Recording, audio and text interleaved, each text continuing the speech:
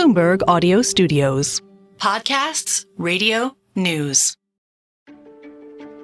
Democrats looking for a backup plan after Biden's disastrous debate performance last week are starting to rally behind a candidate some might find surprising, Vice President Kamala Harris.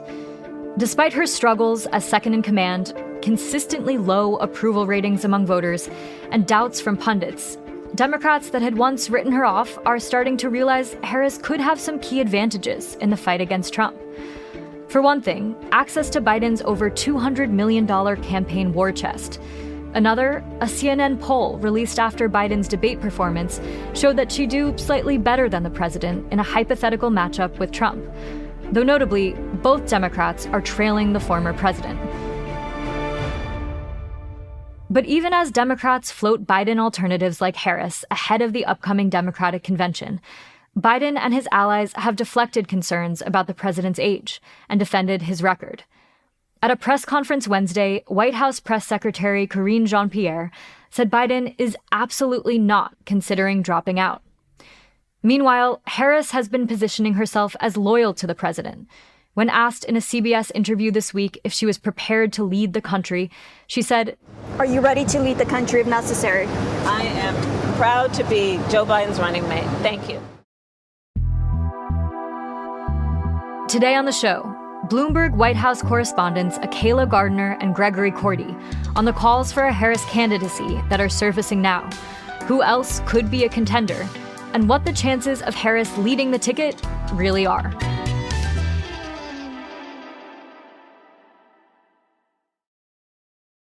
Hi, Akayla and Gregory. Thank you so much for being here. Akayla, you reported out a story, today's big take, and I'm just going to read the title. Kamala Harris is having a surprise resurgence as Biden's campaign unravels. Why is this a surprise? And what's behind this resurgence? This really has a lot to do with what's played out over the last couple of days. I think we saw pretty early on people sort of floating names of very ambitious governors, people who are rumored to potentially run in 2028. But quickly, people began to realize that if Biden were to step aside, those millions of dollars that the campaign has, which is right now over $200 million on hand, would only be able to go to Kamala Harris because her name is on that line that donors have signed. And that would basically mean that anyone else would have to start from scratch, which would be very hard to do at this point with a little bit over 100 days to the election. Can you help us understand? The only candidate that would be able to have access to those funds would be Vice President Kamala Harris? I think there's a few scenarios. I think right now the understanding is that, yes, legally that she would only have that right. If it's not Harris, then the money would likely go back to the Democratic National Committee, which would help a Democratic presidential candidate. But the party money doesn't go as far as candidate money. There's different kinds of money. We talk about hard money. We talk about soft money. This is a little softer than the candidate money. So it would not completely go to waste if it's somebody other than Harris. But as Akayla says, when those donors sign those checks, they send it to the Biden-Harris committee. And so that money is half hers to begin with. And Akayla, what does the latest polling indicate about how Vice President Harris might do if she were to become the Democratic nominee? There was a CNN poll out earlier this week that drew a lot of attention that basically showed Harris performing 2 points ahead of Biden against Trump. And that was really the first time that we had seen something like that. Harris has mostly pulled behind Biden or about even with Biden against Trump. So this was really the first sign that we saw that she could be more competitive and really potentially signs that his debate performance is really having an impact on voters. He just had many mishaps during that debate performance. And I think voters are starting to really question whether he can continue in this job, especially because he would be 86 at the end of a second term. He's 81 right now. And I think there's no political strategy that can really get around the fact that the president is old and people are concerned about it. Gregory, how well is Vice President Harris doing compared to other potential nominees that have been floated, like California Governor Gavin Newsom, Michigan Governor Gretchen Whitmer, or Department of Transportation Secretary Pete Buttigieg? Yeah, we've tested all of these names in our Bloomberg News Morning Consult poll. Now, this was back in May, so a lot has happened since then. But back when we did that, she was sort of what we would call the best of the rest, right? She has the highest name recognition of any of those names that you just mentioned. What other advantages might Harris have, given that she's already the vice president? Yeah, well, she obviously has access to Air Force Two. She can command a bully pulpit already by virtue of her office. She would, as we've talked about, be able to inherit the Biden-Harris campaign's sizable war chest, the cash on hand that they have to run ads and mount a campaign. But she also, look, compared to a lot of the other names that we mentioned, she seems ready and prepared and has the ambition to fill those shoes. By definition, as vice president, she has already said that she is ready to step in at a moment's notice. So I think it would be difficult for the Democratic Party to skip over her. She is the heir apparent. She seems to have Biden's support if it came to that. On the other hand, the problem the Democrats have is they are the Democratic Party. And so if not Biden, there would be many voices in the party arguing for an open convention, that it should not be preordained, that we should at least hear from the delegates about who their preference is. That preference may well end up with Kamala Harris if it came to that, but I think others might also want a chance to convince the convention that they too would be a good candidate. I would also add to that, Harris can also run on Biden's record. She is his vice president. So the same things that he is talking about and bragging about when he talks to voters, she can talk about that as well. And she's also run for president before. So she has faced national scrutiny. She has faced plenty of attacks from Republicans over the years. Anyone new would have their record freshly scrutinized. They would be freshly attacked by the Trump campaign, by the RNC. These are things she already has built in to her favorability, to her polling numbers now. So she's already somebody who could pretty much slide into that spot without going through the same sort of reintroduction to the American public. If Biden steps down and endorses Harris, could other Democrats still throw their names in the ring and lead to an open contest at the DNC in August? That's possible, but kind of unlikely. And the reason is because remember that Joe Biden has 99% of the pledged delegates already committed to him. Now, these are delegates that are not pledged in the same sense that Republican delegates are. When we talk about Republican delegates, they're bound. They are legally required to vote for whoever they are pledged to. The Democratic rule says that the delegates shall, in all good conscience, vote for the preference of their state. And so these are Biden delegates. It would take 600 delegates to put their names on a petition for somebody else other than Biden or Harris to have their name placed into nomination out of more than 4,000 delegates. So not impossible, certainly mathematically within the realm of possibility, but would be a pretty difficult task. And as one Democrat explained it to me, it would take a Nancy Pelosi level whip counting operation even to just figure out which of those 600 delegates could come over to your side to place your name in the nomination. But Akayla, what would the reaction be within the Democratic Party and its voter base if Harris, for example, were passed over in favor of another rising party star in the case that Biden might step down? I think there's a lot of frustration, anger from some of Harris's closest allies, including Reverend Al Sharpton.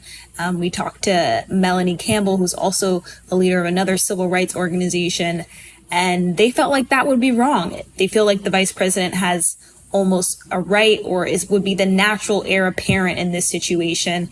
And the optics wouldn't look good. She's the first woman of color to serve in her role. Voters of color are particularly important in this election, Black voters in particular. And so they might not take too kindly to her being passed over. And those are constituents that Biden really needs. He's already on shaking ground with a lot of those constituents. So they may not be so happy if she were to be passed over. Let's game out really quickly what a Harris campaign might look like. Gregory, if you're a Democratic operative, what are Harris's biggest strengths that you might look to leverage? Well, I think one strength is the issue that she's really been running on for the Biden-Harris ticket for months now, and that is the issue of abortion. She's a woman. She can speak to that a little bit more personally than maybe Joe Biden can himself. She has gone to Florida. She's gone to states where they have passed restrictive abortion laws, some states where there's literally abortion on the ballot, where a number of states are trying to pass referenda or constitutional amendments to enshrine abortion rights on the ballot. As Akayla said, she speaks to black voters in a way that no other candidate in this race is right now. Look, these are important Democratic constituencies that Biden has historically done well with, but has struggled with over the past few months for a variety of reasons. Maybe it's the Israel-Gaza war, maybe it's the state of the economy, but she has done that sort of care and feeding of these constituencies while the president is busy being president. I would also say Harris does have a lot of connections to Wall Street. We did a story about her meeting with CEOs. She's sort of forged a lot of public-private partnerships in the administration, trying to support some of the efforts that the administration cares about, whether that's supporting minority-owned businesses, small businesses, dealing with the root causes of immigration. So she potentially has a pretty big pocket of donors herself to tap. Akayla, what are seen as Vice President Harris's biggest weaknesses? Well, I think pretty early on in the administration, she was sort of saddled with some not so popular issues. She was given the task of dealing with the root causes of immigration, which, as you can imagine, have been created over many generations and are very difficult to deal with. And immigration in general has been a weakness for Biden. He has put out these executive orders in the last couple of weeks. Many people felt in preparation for the debate, knowing that Trump would likely use that against him. But that is certainly something that Republicans have hit her on, is because the immigration crisis, if you will, has been so acute in this country. Also, Republicans have sort of pounced on these video clips of her having, quote unquote, word salad answers. People have felt that some of her speaking engagements have felt scripted. But again, these are attacks that she has faced for a many number of years, and another contender would just be freshly put into the race and have to deal with similar attacks.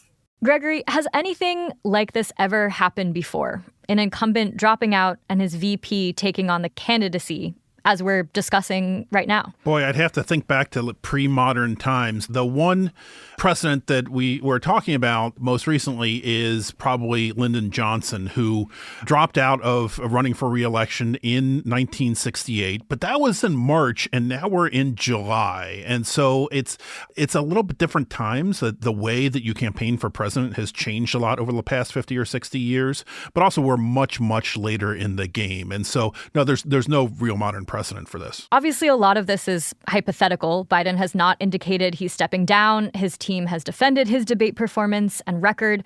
What will you be watching for in the coming days as strategy discussions within the Democratic Party continue? Well, the president himself has been telling members of his party that he understands he had a poor debate performance, and it's on him to try to turn around that perception.